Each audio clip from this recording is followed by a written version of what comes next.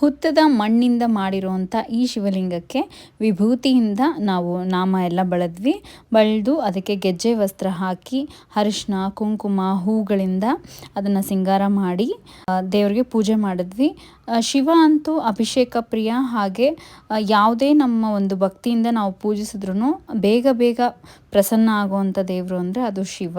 So ದೇವ್ರಿಗೆ ನಾವು ಬಿಲ್ವ ಪತ್ರೆಗಳನ್ನೆಲ್ಲ ಇಟ್ಟು ಸಂಕಲ್ಪ ಮಾಡಿಕೊಂಡು ನಮಗೆ ತೋಚಿದ ರೀತಿಯಲ್ಲಿ ಒಂದು ಪ್ರಸಾದನೆಲ್ಲ ಇಟ್ಟು ಪೂಜೆ ಮಾಡ್ಕೊಂಡ್ವಿ. ಪೂಜೆ ಮಾಡಿಕೊಂಡು ಸಂಗಮದಲ್ಲಿ ತುಂಬ ರಿಕ್ವೆಸ್ಟ್ ಮಾಡಿ ನಾವು ಅಲ್ಲಿ ಅದನ್ನು ದೇವರನ್ನ ನೀರಲ್ಲಿ ವಿಸರ್ಜನೆ ಮಾಡಿದ್ವಿ. ಹಾಗೆ ಅವಳು ಕೂಡ ಎಲ್ರಿಗೂ ಅರಿಶಿನ ಕುಂಕುಮ ಎಲ್ಲ ತಂದು ಕೊಟ್ಲು ಅಲ್ಲಿ ದೇವಸ್ಥಾನದ ಹತ್ರ. ಇನ್ನು ಇಲ್ಲಿ ನಿಮಿಷಾಂಬ ಹತ್ರ ತುಂಬ ಇಷ್ಟ ಆಗೋದಂದರೆ ಫ್ರೆಶ್ ತರಕಾರಿ ಹೊರಗಡೆ ಸಿಗುತ್ತೆ. ಸೊ ತರಕಾರಿಗಳನ್ನ ತೊಗೊಂಡು ದೇವ್ರ ದರ್ಶನ ಮಾಡಿಕೊಂಡು ನನ್ನ ಚಿಕ್ಕಮ್ಮ ಮನೆಯಿಂದನೇ ಟೊಮೊಟೊ ಬಾತು ಮೊಸರನ್ನ ಎಲ್ಲ ಮಾಡ್ಕೊಂಡು ಬಂದಿದ್ರು. ಆರಾಮಾಗಿ ನೇಚರಲ್ಲಿ ಕೂತ್ಕೊಂಡು ಎಂಜಾಯ್ ಮಾಡಿ ಈ ದಿನನ ಮುಗಿಸಿದ್ವಿ.